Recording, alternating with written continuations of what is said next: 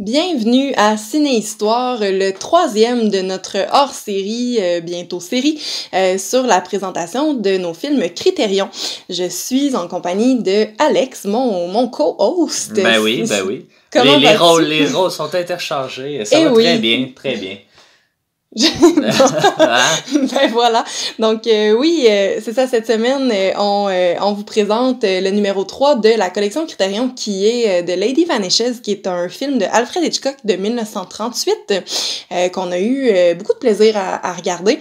Donc on se lance sans plus tarder dans ce film-là, The Lady Vanishes. Je te laisse commencer, oui. Alex, avec l'édition Criterion. Ouais, ben en fait, on va juste présenter le film et évidemment vous voyez les informations à l'écran, mais Hitchcock, comme on l'a dit, c'est un film écrit par Sidney Gilliat et Frank Launder, qui sont des scénaristes assez importants des années 30 au Royaume-Uni. Donc un film justement du Royaume-Uni, 1938, 96 minutes, assez court, assez typique pour un Hitchcock.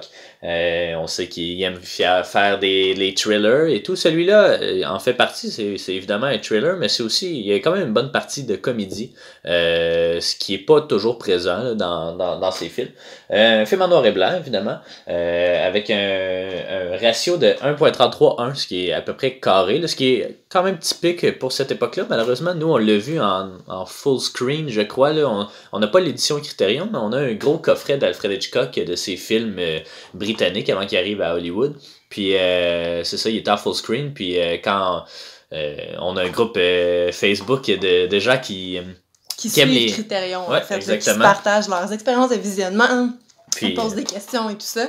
Puis c'est ça, quelqu'un avait passé le commentaire comme quoi il devrait pas être dans cet aspect-là. Si on avait eu l'édition Criterion, ça aurait pas été un problème parce que eux, justement, veulent recréer l'expérience optimale, ou du moins celle que le réalisateur aurait envisagée. Donc on voit que c'est pas le cas tout le temps. Quand on achète des trucs qui sortent un peu des sentiers battus, c'est ça. On n'a pas la meilleure expérience de visionnement. Tu sais, j'ai pas vraiment remarqué quelque chose de différent. C'était oui, peut-être un peu plus allongé, mais bon, ça devrait être pratiquement un carré, là. C'est en anglais, évidemment, puis le genre, on l'a déjà mentionné. Je pourrais parler tout de suite de l'édition Criterion. C'est le numéro 3, évidemment. Le DVD et le Blu-ray comportent en fait une restauration en haute définition. La version qu'on a eue, je crois qu'elle était assez bien, elle a été restaurée, j'imagine. Oui, c'était super beau, là. Il n'y avait pas de... Ouais. Il n'y avait pas d'accro dans l'image, ni dans le son, d'ailleurs. Non, c'est ça, c'est très bien. Il y a des commentaires audio aussi de l'historien Bruce Eder. Il y a aussi un deuxième film, donc vous avez comme deux films pour un quand vous achetez cette édition-là de Criterion. Il y a le film de 1941, Crook's Store, avec Basil Radford et Nanton Wayne qui jouent leurs personnages du film. On va y revenir un peu plus tard, là, mais c'est les personnages Caldecott et... je l'ai-tu en quelque part? Bon, je l'ai pas très proche. Mais... Charters et Caldecott. Charters, voilà. Et Caldecott qui sont des personnages drôles. Ils sont comiques. Là, dans le film, ils ont un rôle quand même le fun à suivre. Là, puis ils ont des motifs vraiment particuliers aussi. Mais c'est Laurel et Hardy. C'est les Laurel et Hardy, effectivement. Là, ça m'étonne pas qu'il ait fait une série qui les suit, dans le fond. Je pense que ça se prête bien. Là. On va en parler un peu plus tard de toute façon. Il y a aussi des extraits de l'entrevue légendaire entre François Truffaut et Alfred Hitchcock. Ces entrevues, je l'ai pas écouté malheureusement, mais ça doit être un extrait sur de Lady Vanishes précisément. Il y a aussi un essai de l'universitaire Leonard Leff intitulé Mystery Train sur le film évidemment. Il y a des images aussi, une galerie d'images behind the scenes et puis des affiches promotionnelles. Et enfin, dans le petit livret, il y a des essais du critique Jeffrey O'Brien et de l'expert d'Hitchcock Charles Barr. On n'en a pas vu nous on l'a pas écouté sur la plateforme de Criterion. Le film est disponible là, mais il n'y a pas les bonus features disponibles malheureusement. Donc on n'a pas pu en consulter aucun. Ceci étant dit, je sais pas, je crois que dans mon coffret il y en a peut-être des bonus features, mais on n'a pas pris le temps de les regarder malheureusement. Mais je crois qu'il y en a certains, surtout l'entrevue avec Truffaut et Hitchcock, je crois que ça pourrait être assez pertinent à suivre. Peut-être que tu pourrais enchaîner avec le résumé. Oui, le résumé du film. Donc, Là, on vous spoilera pas, là, parce que, bon, Tout bon Hitchcock est un peu un thriller, donc même si c'est un vieux film, on s'est comme donné cette petite règle-là, en fait, là, de pas trop spoiler les films qu'on présente. Donc, on n'oserait jamais spoiler un film de 1938. Mais non, mais c'est ça, mais quand même, on va se garder ça. Donc, je vous fais un petit résumé de ce film-là. Alors, il y a une avalanche qui bloque le train qui doit partir de Brandica, qui est un pays imaginaire d'Europe, qui, le train, en fait, faisait Brandica-Angleterre. Donc, il y a comme plein de gens qui se retrouvent à être coincés à la ville de la gare. Puis, il y a le propriétaire d'un hôtel qui est tout près, dans le fond, qui offre à tout le monde de passer cette nuit-là là-bas. Pour avant, dans le fond, de repartir le lendemain là, vers chacun leur destination. Donc, les passagers sont coincés là-bas, ils n'ont pas le choix. On suit le personnage principal qui est Iris, qui, cette nuit-là, est pas capable de dormir parce qu'il y a comme une espèce de gigue là, dans la chambre en haut de la sienne.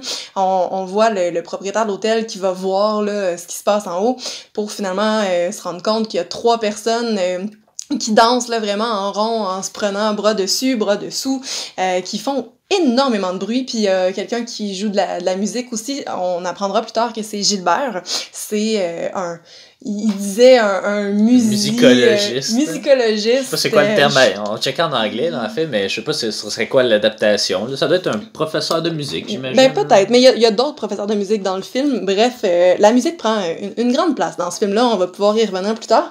Donc c'est ça, Iris, personnage principal qui est pas capable de dormir.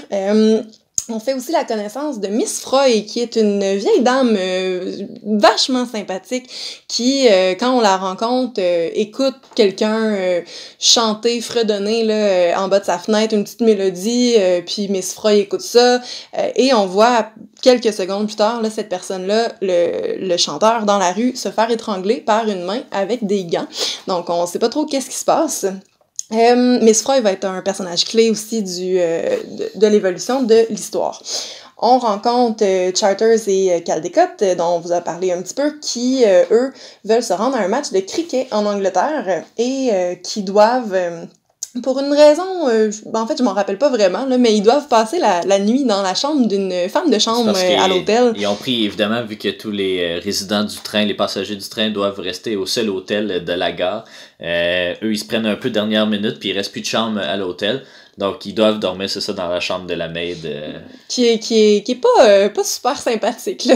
Non, ben oui, elle est sympathique, mais il y a une barrière de la langue flagrante. Mais c'est ça, il y a comme des incompréhensions, ouais. Puis... Ces deux personnages-là sont assez comiques. Au début, on croit que c'est les personnages principaux, mais après ça, ça shift un peu vers Iris et Gilbert. Oui. Mais non, c'est ça, c'est des personnages vraiment attachants. Il y en a un qui a une cicatrice qui est assez reconnaissable, mais les deux, ce sont vraiment semblent dépasser un peu par les événements, puis ils comprennent pas trop ce qu'ils font là, puis qu'est-ce qui se passe, mais puis ils se cognent la tête un peu partout en descendant les escaliers, très maladroits. Voilà, et donc Iris, comme je disais, qui voyage avec 2 de ses amis, mais pourtant a une chambre à elle seule. Iris qui voyage avec 2 amis pour retourner chez elle en Angleterre pour aller se marier, ce qui est pas une perspective qui l'enchante particulièrement. Là, à chaque fois qu'on la voit parler de son mari, ben toujours un peu lasse, toujours un peu en même temps, ça n'a pas l'air convaincu. Ça n'a pas l'air de trop la déranger non plus, parce qu'elle dit j'ai vécu tout ce que j'avais à vivre, fait que la prochaine étape, c'est d'aller. Oui, c'est très triste, là, mais c'est son point de vue. C'est juste en fait une lassitude, là. Je pense pas qu'elle soit vraiment fâchée, là, elle est en dépit, là. Elle sait plus quoi faire, fait qu'elle va se marier. Ben voilà, exactement. Puis, c'est ça. Donc, avant d'embarquer dans le train le lendemain matin, Iris est dehors avec Miss Froy, puis on voit un pot de fleurs qui tombe là, d'une fenêtre d'une des chambres de l'hôtel, qui, on pense, est vraiment... pour Miss Froy, dans le fond, là, que c'est elle qu'on vise, mais finalement, c'est Iris qui le reçoit, je dirais sur la tête, mais honnêtement, c'est vraiment plus le coup, puis ça a l'air de pas faire du bien, ce coup-là. Et elle meurt, et ça finit là. Oui, voilà, il n'y a pas de film. C'est un court-métrage. Donc, c'est ça. Donc, Iris qui reçoit un pot de fleurs sur la tête, puis ce qui va lui causer... oui, on s'en doute. Ce qui va lui causer des hallucinations tout au long du voyage en train, et hallucinations et aussi perte de conscience, et tout ça, donc pas facile pour Iris à bord du train par la suite.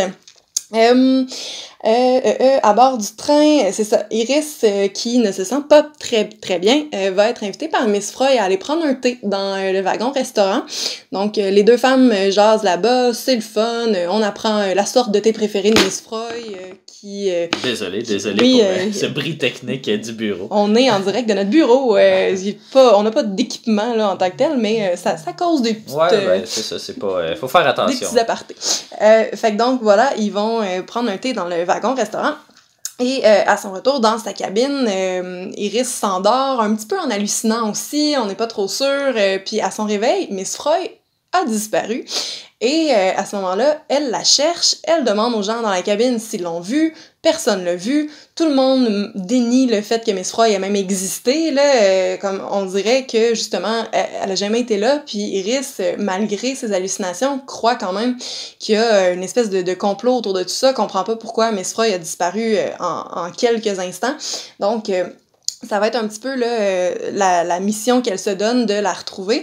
Par contre, il y a personne qui la croit dans le train. Sauf, évidemment, notre cher Gilbert qui était la personne qui faisait de la musique là, la veille et qui empêchait Iris de dormir. Ben, il la croit, mais à moitié, disons. Il comprend que ça se peut, mais il essaie de... toutes les évidences pointent vers le fait qu'elle n'a jamais existé. Donc, non, mais Gilbert voit quand même un bon indice par rapport au wagon-restaurant, là, par un hasard fortuit. Gilbert va... il voit pas ça. Non, mais il voit la poche de thé qui colle sur la fenêtre. Là. Il y a quelqu'un qui jette les poubelles dehors, manifestement, puis il y a ben, tu sais, par une belle chance, il y a la poche de thé spéciale de Miss Froy qui avait pas sur le train qu'elle a amené, puis tout ça, qui serait une belle preuve de son existence, qui colle dans la vitre, puis là, Gilbert réalise que, oh mon Dieu, ben peut-être que effectivement Miss Froy existait. Mais bon, c'est ténu comme lien, mais... ça n'en prenait pas plus pour que l'enquête débute. Et puis, ben, je vais arrêter le résumé ici, parce qu'en fait, après, on rentre dans des histoires improbables. Iris et Gilbert vont essayer de se sauver de certaines personnes du train. Et il va y avoir plein de petites histoires là-dedans. Il y a beaucoup de gens qui sont louches dans ce train-là. Oui, c'est ça. Il y a des gens qui veulent pas participer, qui disent que, mon Dieu, elle a jamais existé, mais ils ont des motifs totalement pas louables, là, on va se le dire. Ouais. Et c'est ça. Donc, si on veut pas vous spoiler le reste, va falloir arrêter le résumé ici. Mais toute la suite, en fait, c'est une enquête, là. Une enquête en bonne et due forme, histoire de complot et tout ça. Donc, on essaye de démêler tout ça. Puis, on vous dira même pas s'ils réussissent. Non, il faut pas. C'est ça, il y a quand même un bon cast aussi, un cast quand même assez inconnu à l'époque. Oui, je vais. Dans le fond, les acteurs principaux, c'est Margaret Lockwood qui joue bien évidemment Iris, Michael Redgrave qui est pour sa part Gilbert, et il y avait Mary Whitty qui est Miss Froy, et Paul Lucas qui joue un rôle de docteur qui a une place importante dans le récit, mais on n'embarquera pas dans le pourquoi. C'est ça, c'est qu'il a gagné un Oscar. C'est quand même un bon acteur, mais bon, son rôle est en deux tons, disons, son rôle de docteur sur le train. N'en parlons plus. Ouais, donc, Margaret Lockwood, qui était Iris, a commencé à jouer en 1934 au cinéma, donc était relativement peu connue au moment où elle s'est fait caster pour Iris dans le film. Par contre, à la suite de ce film-là, dans les années 40, elle devient la star numéro 1 du box-office britannique. Donc, on disait là qu'elle allait dans les cinémas avant les représentations pour donner des cours de chant aux gens qui venaient regarder ses films et tout ça. Donc, vraiment une star très populaire, très belle aussi. Une bonne vivante. Oui, tout à fait. Et elle joue notamment dans Night Train to Munich. Qui est un autre critérion, si je ne m'abuse. Oui. Ben, je sais pas. Il me semble que oui. Il y avait The Man in Grey et The Wicked Lady.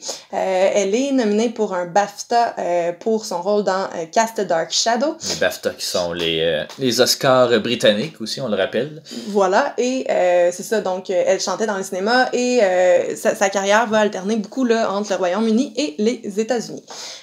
Michael Redgrave, qui joue le personnage de Gilbert, pour sa part, est le père de Vanessa Redgrave, qui, elle, a pris part au film Mission Impossible 1, qui, je vous le rappelle, on va le nommer plus tard, mais je peux le nommer maintenant aussi, est une histoire d'espionnage qui se passe dans un train aussi, donc il y a quand même plusieurs points là, en commun avec ce film-là. Donc oui, The Lady Vanishes est une histoire d'espionnage, ce qu'on n'avait pas nommé. Donc il y avait ça. The Lady Vanishes était son premier film et il a été nominé pour un Oscar en 1948 pour Morning Becomes Electra.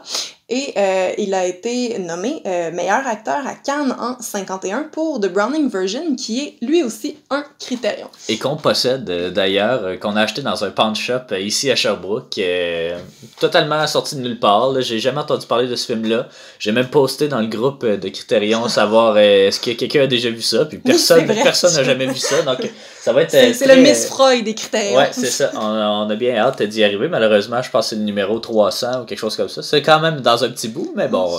Ben, au rythme où on va, on devrait y arriver dans peut-être un an. Ouais, si tout va bien, la quarantaine se produit bien, ben, ça se prolonge et tout. Là, ça devrait être intéressant. Puis, juste rajouter un peu sur Michael Redgrave aussi, c'est que c'est un dramaturge britannique aussi. Il faisait beaucoup de théâtre avant même de faire le saut au cinéma, mais il a continué à faire aussi beaucoup de théâtre durant sa carrière.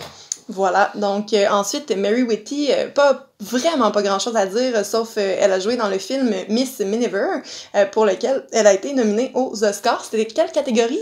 C'est meilleure actrice ou meilleure actrice de soutien, mais elle a été nominée à 2 Oscars, si je me souviens bien. Je vais pas noter le deuxième, je peux aller faire une petite recherche. C'est bon, ben en attendant, je vous mentionne Paul Lucas, qui jouait le docteur, comme on l'a mentionné, qui lui a gagné son Oscar pour Watch on the Rhine.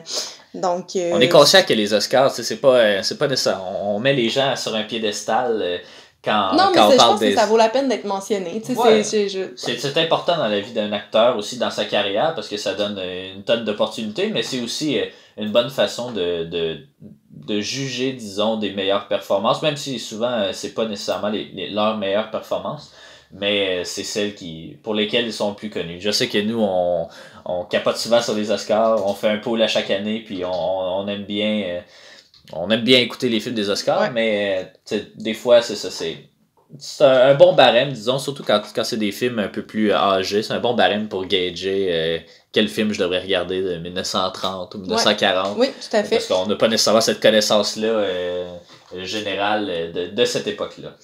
Écoutez, donc, pendant que Alex cherche l'info sur la deuxième nomination de Mary Whitty, je pourrais passer tout de suite à Hitchcock. J'arrive. On est là. L'autre, c'était Night Must Fall de 1937, donc un an avant ça. Donc, en tout cas, c'est l'année 1938, mais bon, c'est pour un film qu'elle a tourné avant de Lady Vanishes, donc il y avait quand même un certain renom puis c'est pas anodin non plus son casting, j'imagine. Mais c'est ça, sinon Mrs. Miniver, c'est quand même... C'est actrice de soutien que j'ai vu. Mrs. Miniver, c'est quand même un grand succès, là, ça a gagné 6 Oscars, donc c'est probablement là-dedans aussi qu'elle a pu se faire connaître plus à l'international, disons. Voilà. Donc, Hitchcock, on connaît tous Alfred Hitchcock, mais... tu sais, on peut en parler, en fait, d'un fait. On connaît ces classiques, là, de Birds, Psycho, Vertigo, Rear Window, qu'on a bien aimé. Oui, tellement excellent. Mais ce qu'il faut comprendre de Hitchcock, c'est qu'il y a eu une carrière en 2 temps. Donc, il y a eu une bonne partie de sa carrière qui a commencé d'ailleurs dans le film muet, avec des films comme The Lodger. En tout cas, on a un gros coffret ici de ses premiers films, mais il a commencé, c'est ça, au Royaume-Uni. Puis on va revenir aussi un peu plus tard là-dessus, mais il y avait un contrat avec Gaumont pour faire une série de films, là, ce qu'il a fait. Mais quand ce contrat-là s'est terminé, c'est là il est en début quarantaine, je crois, c'est là qu'il a fait le switch à Hollywood, puis qui a tourné son premier film, Rebecca, je crois. Rebecca qui va finalement gagner meilleur film, je crois, aux Oscars en 1940 ou 41. Donc, c'est ça. Donc, et puis là, après ça, c'est là qu'il va enchaîner tous ses succès. Il va même faire un remake de The Man Who Knew Too Much, qui a une version britannique, mais qui va faire une version américaine également. Donc, une très grande carrière. Je pense pas qu'on a besoin... On va en parler beaucoup. Là. Il y a plusieurs de ces films qui sont dans Criterion.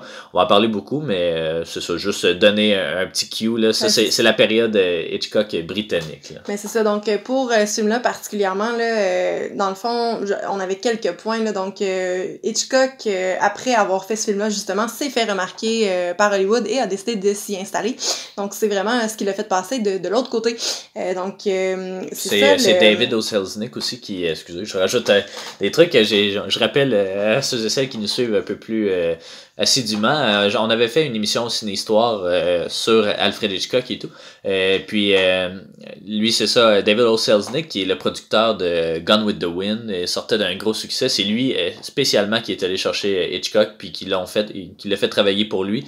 Bon, c'est une relation houleuse entre les deux parce que c'était deux têtes fortes, là, mais c'est ça, Eugène O. Selznick, c'est quand même un des plus grands producteurs d'Hollywood connu. C'est ça, il a fait une tonne de succès, donc voilà. C'est bon. Donc, c'est ça, c'est le film qui l'a fait se faire remarquer par Hollywood.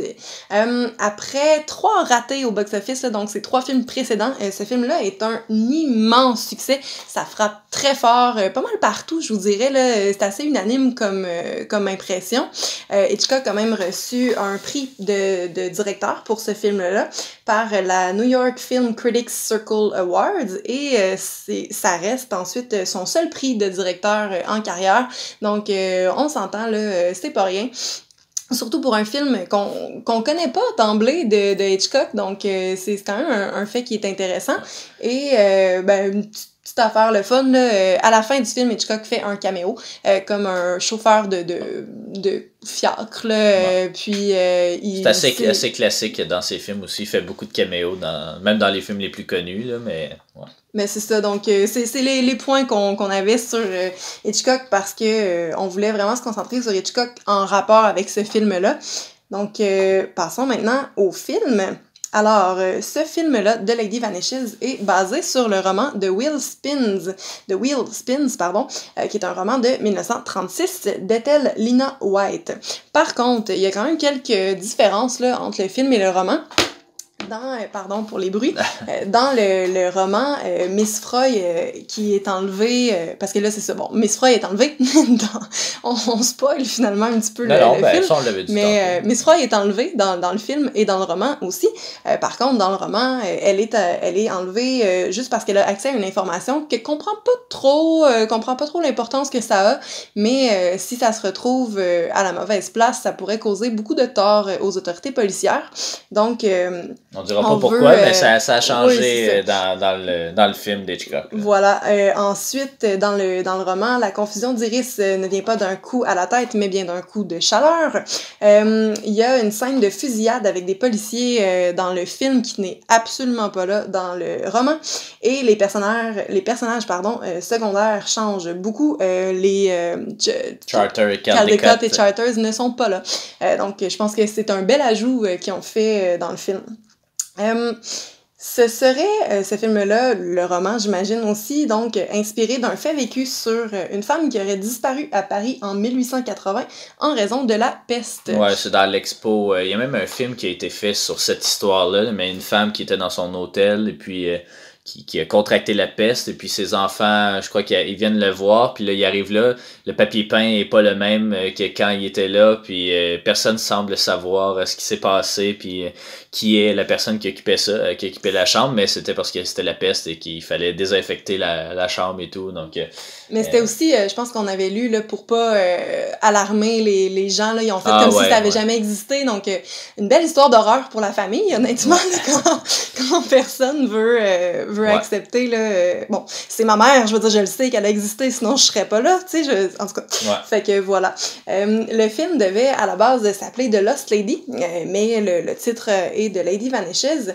Hitchcock était pas le directeur prévu au départ sur le projet, en fait, il est arrivé sur ce projet de film-là pour remplacer le réalisateur original, qui est Roy William Neill, parce que le projet s'était fait annuler par le producteur après un petit accrochage là avec les autorités yougoslaves. Dans le fond, quand ils se sont rendus compte finalement qu'il était pas super bien représenté dans le film, ils ont pas vraiment aimé ça qu'on aille là-bas pour filmer. C'était des establishing shots, là, c'est des même pas de scène en fait qui se passe là, juste des plans.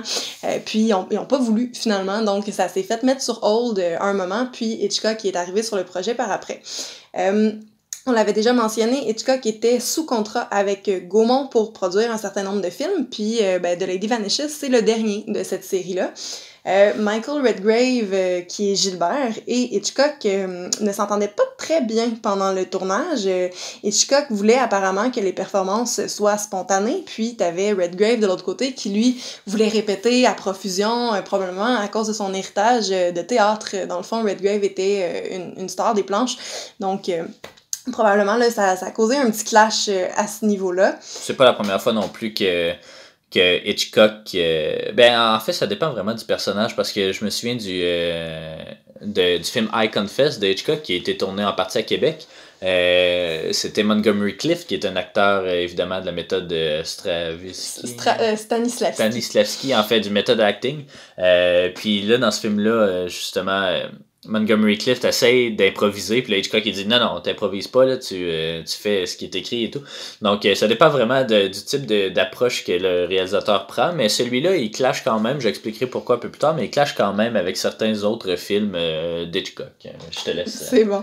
Donc les scènes ont été tournées, il y a comme deux types là, de scènes dans ce film-là, donc toutes les scènes dans le train avec les vues du train et tout ça, et les scènes bien évidemment intérieures.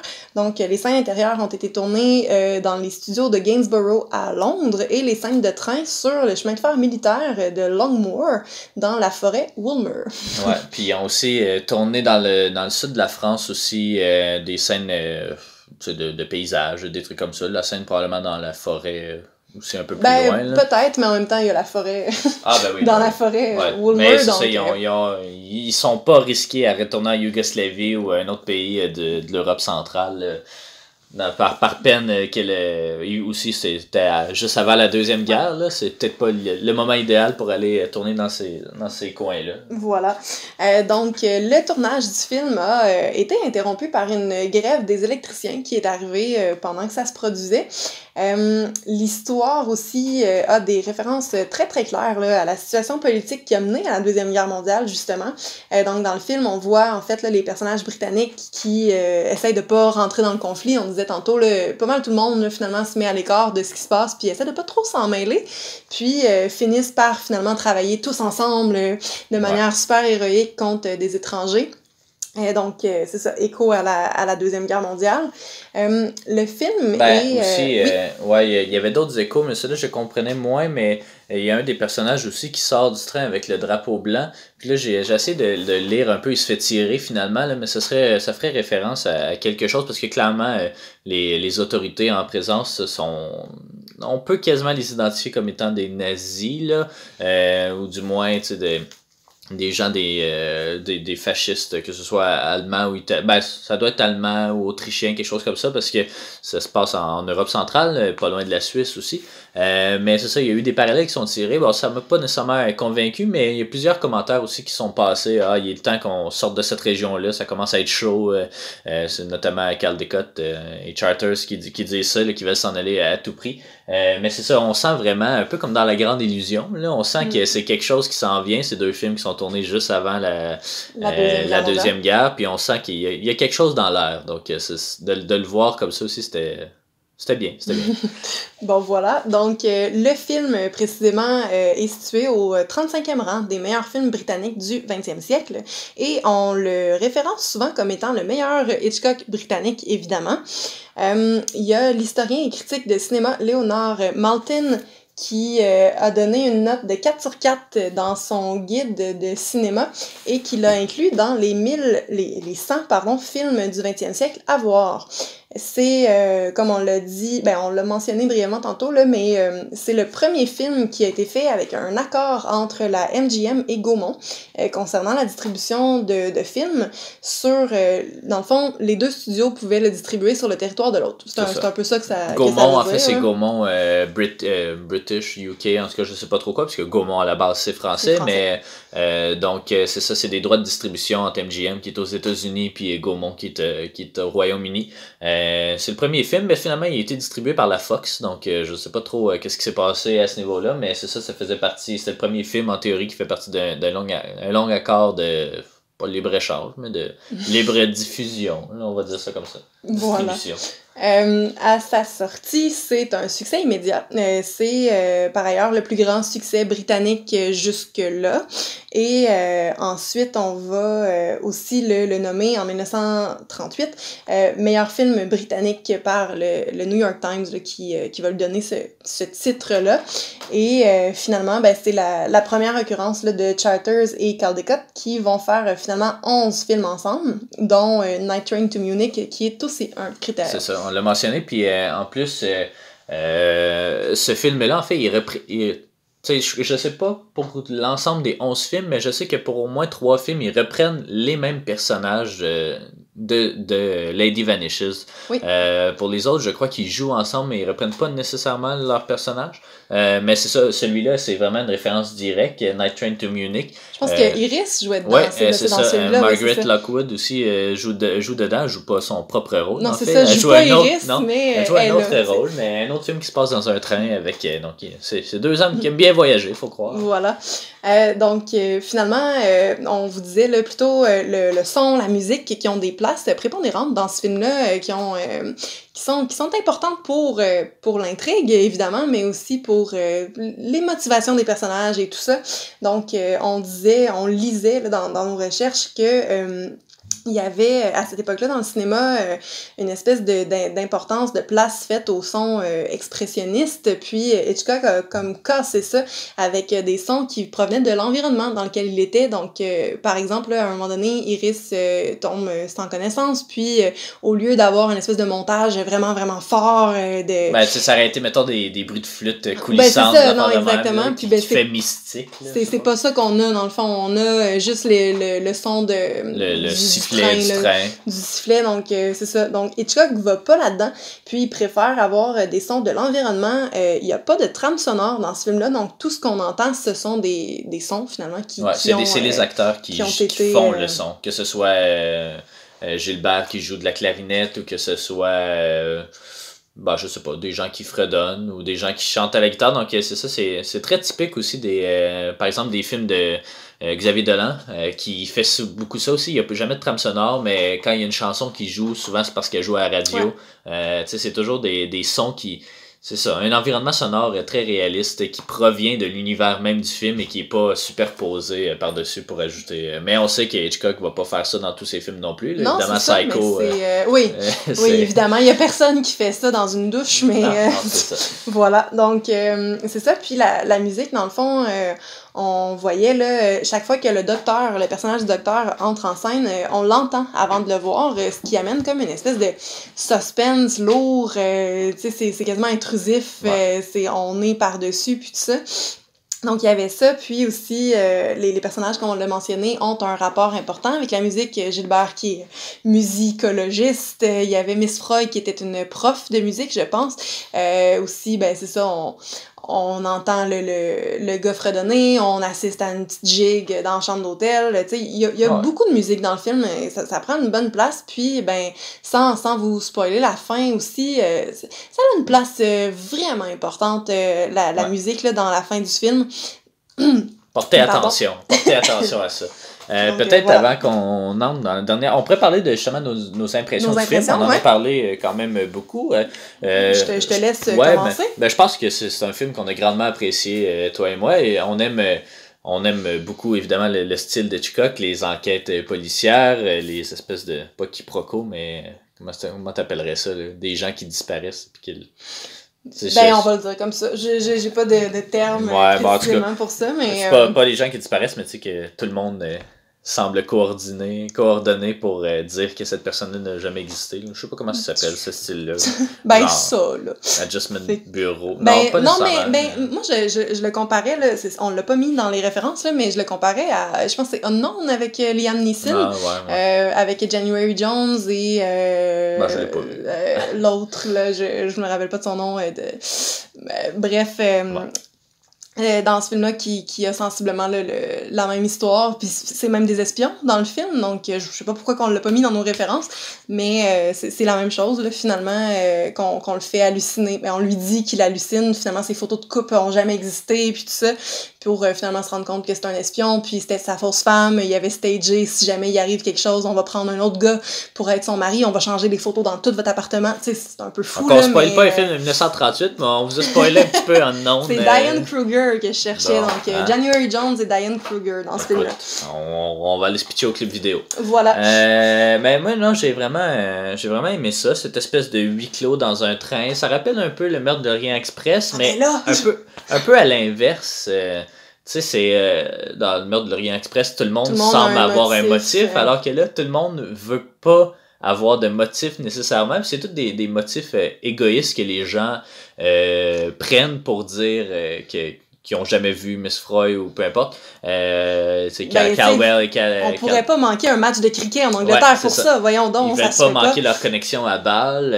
Il y a un homme avec son amante qui est là puis qui est marié en fait. Oui, c'est ça. Donc c'est sa maîtresse là, fait que elle, je pense qu'elle voudrait les aider, mais elle se fait dire assez rapidement que ça a pas de sens, on fera pas ça.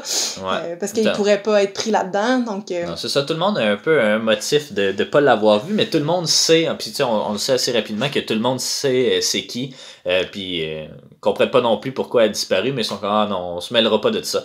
Il est quand même, tu sais, c'est peut-être pas aussi frappant que dans d'autres Hitchcock, là, des scènes à grand déploiement sur le mont Rushmore ou avec des avions, des trucs comme ça, mais il y a quand même quelques beaux plans, par exemple quand Gilbert passe d'une cabine à l'autre à l'extérieur du train. Il y a beaucoup de plans justement filmés à l'extérieur du train qui sont quand même assez spectaculaires là, pour l'époque.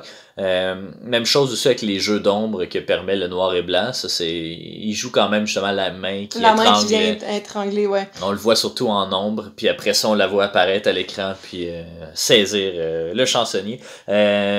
Puis c'est essentiellement une histoire assez prenante là. Moi, j'ai eu du fun.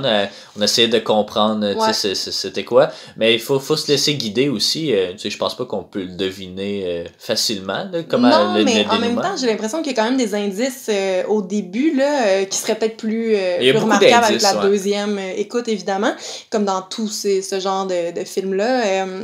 Mais j'ai eu peur pour ma part, là, j'ai vraiment eu une petite crainte là, que ce soit un espèce de dénouement à la Secret Window, Nombre 23, tout ça, malgré que ça aurait été probablement un des premiers à le faire, là, on s'entend, mais j'avais peur que ça l'aille. Que ce personnage-là n'a vraiment pas existé. Non, c'est ça, que c'est un dédoublement de personnalité, parce que on essaye de nous convaincre vraiment fortement que le personnage n'existe pas. Puis là, je me disais, mon Dieu, non, dites-moi pas que c'est Iris dans le fond puis qu'elle a jamais été là. Puis finalement, il y a d'autres indices qui arrivent plus tard qui nous disent que non, ça a vraiment eu lieu, tout ça. Là. Puis on y met tout d'en face à peu près dans les 20 premières minutes. Il n'y a jamais d'indices qui se rajoutent nécessairement. Mais c'est dur à comprendre, je pense. C'est ça.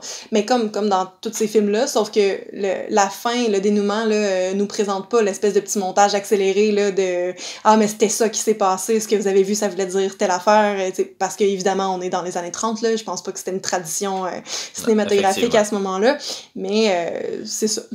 Il s'essouffle un petit peu à la fin, j'ai trouvé. Il y a des longueurs, notamment justement quand il y a une espèce de fusillade entre les autorités et les gens du train. Bon, ça, c'était pas nécessairement nécessaire, mais... Ça rallongeait un petit peu, c'était une partie d'action qu'on voulait pas nécessairement dans une espèce de suspense ou d'enquête. Ceci étant dit, là, ça reste un très bon film. J'ai vraiment aimé mon expérience. Je l'avais déjà vu à la base parce que, comme je l'ai dit, je l'ai dans un coffret d'Hitchcock que j'avais acheté à l'époque au HMV pour la modique somme de 20$ pour 20 films, ce qui est quand même... c'est pas cher. Puis là-dedans, il y en a 3 ou 4, je crois, qui sont Criterion en plus. Donc, on va pouvoir s'y gâter dans les prochains mois. Mais non, c'est ça, puis je crois que c'est... Je sais pas si je l'ai noté en quelque part, mais c'est François Truffaut, justement, dans cette entrevue-là. Je l'ai pas vu, mais j'ai lu dessus, qui disait... À chaque fois, j'essaie d'écouter ce film-là en portant attention aux plans, aux jeux de caméra et tout. Puis à chaque fois... J'en viens à oublier tout ça puis juste à être investi dans l'histoire. Puis c'est un peu ça aussi qui nous est arrivé. Peut-être qu'une deuxième, troisième écoute pourrait justement nous faire voir ces jeux de caméra-là mais c'est jamais vraiment ça, un Hitchcock. Oui, il y a certains, mettons, le plan de Psycho qui est remarquable, mais comme un Hitchcock, c'est surtout l'histoire avant tout, c'est le sentiment que t'as. C'est pas un film d'horreur, c'est vraiment un suspense, mais c'est le sentiment qui te fait vivre, ça fait que c'est un bon Hitchcock. On comprend pas trop pourquoi, puis c'est peut-être pour ça qu'il n'y a jamais eu de prix non plus pour meilleur réalisateur ou des trucs comme ça. C'est que on comprend pas pourquoi ces films sont efficaces, mais ils sont efficaces. Ouais. Puis, tu sais, ça, c'est un très, très, très bel exemple, encore une fois. Peut-être aussi que, comme je mentionnais, c'est une très bonne balance entre la comédie et l'action. Souvent, ces films ont toujours les deux éléments, mais il y en a toujours un qui est prédominant par rapport à l'autre. Celui-là, c'est vraiment une très belle balance. Il y a de l'humour pas mal tout au long. Puis non, c'est ça, c'est un film très très accompli d'Hitchcock qui montre aussi qui est arrivé à un stade assez mature puis qui est prêt à faire le saut vers Hollywood. C'est un film très hollywoodien, même si un peu lent quand même. Mais non, j'ai vraiment aimé ça. Ouais. Ben écoute, non, mais en fait, je pense que ça a été dit, là, c'est un excellent film. Pour ma part, c'est un genre que j'aime beaucoup. Des thrillers, là, on se pose beaucoup de questions, on essaie de comprendre, on a tout qui nous est présenté au départ, mais après, on le reconstruit. Donc, c'est un genre que j'aime beaucoup. C'est un film qui est super bien fait. Je trouvais que les plans à l'extérieur du train, tout ça, à un moment donné, je pense que c'est peut-être Gilbert là, qui se met la tête dehors, puis on voit vraiment le rail, dans le fond, là, puis tu sais, il y a rien qui a l'air fake là-dedans. C'est vraiment bien fait. Les personnages sont le fun à suivre. On est investi là, de cette histoire-là. On n'est pas comme les Britanniques dans le film, là, mais on essaye de comprendre, puis... non, j'ai trouvé que c'était quand même vraiment le fun. Ça faisait changement là, du numéro 2. Donc, Puis justement, cette balance, pour revenir un peu à cette balance entre comédie et action, le film qui s'y apparenterait le plus, qui a cette bonne balance là aussi, ce serait North by Northwest qui a fait également. Puis j'aimerais parler aussi un petit peu de la relation amoureuse, disons, qui se développe entre les deux personnages. C'est particulier. Ouais, c'est ça. Un petit peu, oui, quand même, mais je trouve qu'elle est très crédible. On sait que souvent, c'est l'histoire qui prédomine, puis il prend pas le temps d'approfondir ses personnages dans ses autres récits, mais celui-là, vraiment, il prend le temps d'établir les motifs, un background à chacun des personnages, ce qui est quand même plus personnel, disons, pas personnel, mais plus... sensible, disons, de Hitchcock. Puis la relation a l'air quand même crédible aussi. Les deux, ils finissent par s'unir parce qu'ils vivent une histoire qui n'a pas d'allure. Mais comme dans les autres films d'Hitchcock, des fois, c'est c'est James Stewart, puis... comment elle s'appelle donc Grace Kelly. Grace Kelly, on sait, Rear Window. C'est une relation qui est comme ordinaire un peu. On comprend pas trop. Les deux sont en couple, puis ça finit là. Il n'y a jamais vraiment de... On dirait qu'il n'y a pas d'amour nécessairement entre les deux. Donc, celui-là, je trouvais que la relation amoureuse était quand même bien développée. Donc, voilà pour mes impressions. Mais j'ajouterais peut-être de quoi par rapport à ça. Je suis pas d'accord. En fait, je trouve que ça va vite. Tu sais, je comprends qu'ils vivent des grandes émotions ensemble, mais c'est surtout la fin, là, en fait, la dernière scène du film où, mon Dieu, on sait pas trop combien de temps après ça se passe, puis ils nous parlent de leur mariage qui s'en vient, leur lune de miel. Donc là, c'est parce que c'est surtout parce qu'on sait pas c'est quand, tu sais, fait que on a l'impression que c'est vraiment super rapide après, puis là, mon Dieu, qu'est-ce qui se passe? Outre cet aspect-là. Mais c'est ça, donc il faut que tu me le donnes quand même. Ça va vite, mais c'est une autre époque, hein. Voilà, les années 40. Fait que, 30, fin 30. Ouais. Donc, c'est ça. The Lady Vanishes a quand même beaucoup là, de références dans la culture populaire. Le premier que j'ai remarqué, là, l'écho, je l'avais noté là, quand on le regardait, c'est... pour ceux qui l'ont regardé, vous allez comprendre, mais il y a un bel épisode de Pretty Little Liars qui se passe dans un train, qui est un party d'Halloween, je pense, me semble. Et puis, dans The Lady Vanishes, il y a Miss Freud qui écrit son nom sur la vitre du wagon-restaurant, puis il se passe la même chose dans l'épisode. Il y a quelqu'un qui disparaît dans une malle avec un double fond. Il y a la même chose dans le film. Donc, il y avait tout cet aspect-là qui est un bel écho à The Lady Vanishes. Ensuite, il y a... comme on l'avait mentionné, il y a eu des remakes, dont un en 1979, une adaptation télévisée, et ça a été adapté au théâtre dans la même année, donc en 1938, Murder on the Orient Express, comme on l'avait mentionné. Est-ce que c'est Qu'est-ce qui a inspiré l'autre, là? Parce que le roman a été écrit, quoi, en 1925? Ah, ça, je sais pas, j'ai pas l'information, mais... Continue à parler, je vais le sortir dans la bibliothèque. Bon, c'est bon, on l'a. Donc, c'est ça. Ensuite, Pretty Little Liars, comme je disais. Et là, dans ce qui m'a le plus surpris dans la recherche, il y avait apparemment, ça a l'air, un épisode de Babar, la famille là, d'éléphants, qui faisait référence à ce film-là. Tout comme un épisode des Razmoquettes.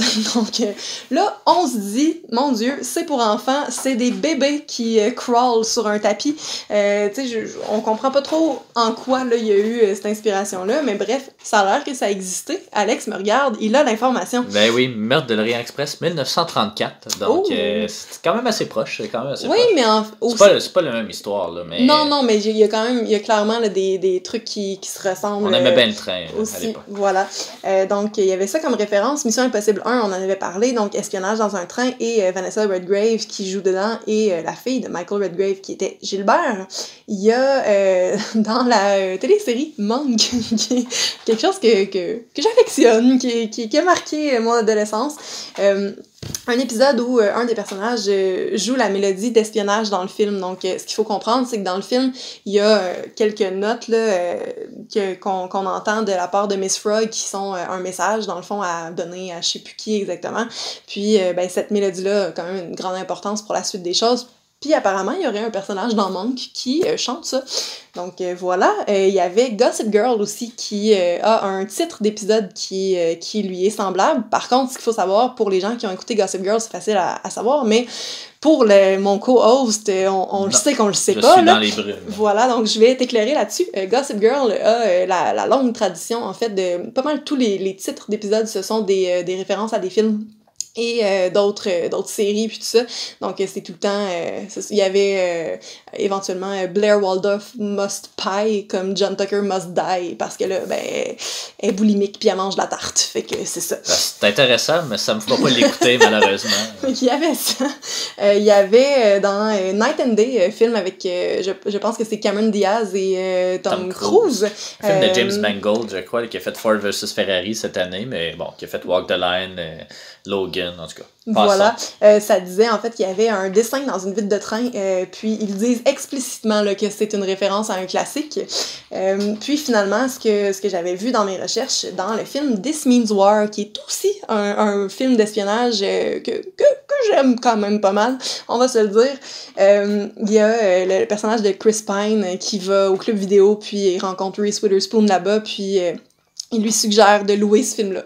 Donc bon, c'est pas une référence au même titre que les autres, mais c'est quand même... Ben, c'est ça, je pense qu'il y a peut-être même la pochette dans ses mains, là, puis il suggère de louer ça.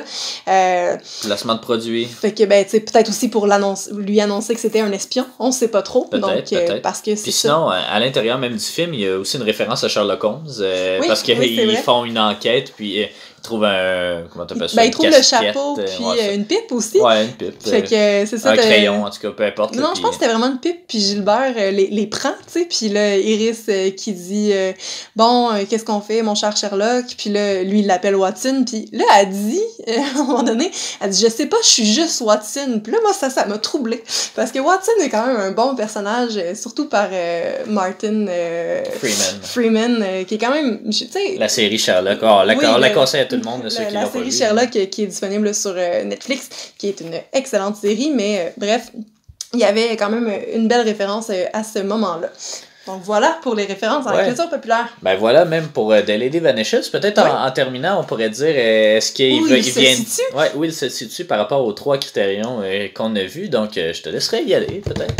Ouais, roulement de tambour. Ouais, roulement de doigts sur le bureau. Voilà. Pour ma part, The Lady Vanishes vient détrôner La Grande Illusion qui était au premier rang là, face à Seven Samurai. Donc, Lady Vanishes, mon numéro 1. Et je finirais aussi en disant, pour ma part, je lui mettrais un 4 sur 5 qui équivaut à un 8 sur 10. Donc, un excellent dans notre rating. Seigneur. Pour moi, ce serait encore un 3.5, comme La Grande Illusion et Seven Samurai.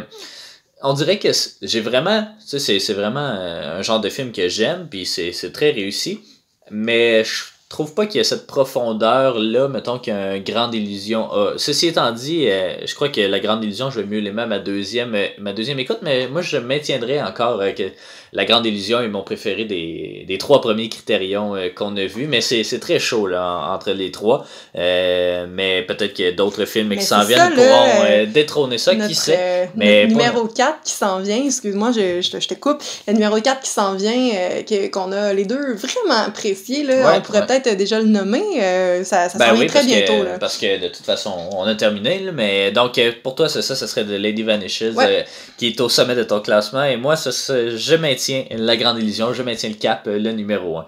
La semaine prochaine, on n'a pas vraiment... Prochain enregistrement, on n'a pas de structure, on est de même. Non, c'est ça. On va parler du film de Federico Fellini, Amarcord, un film de 1973 qui est très très très prometteur.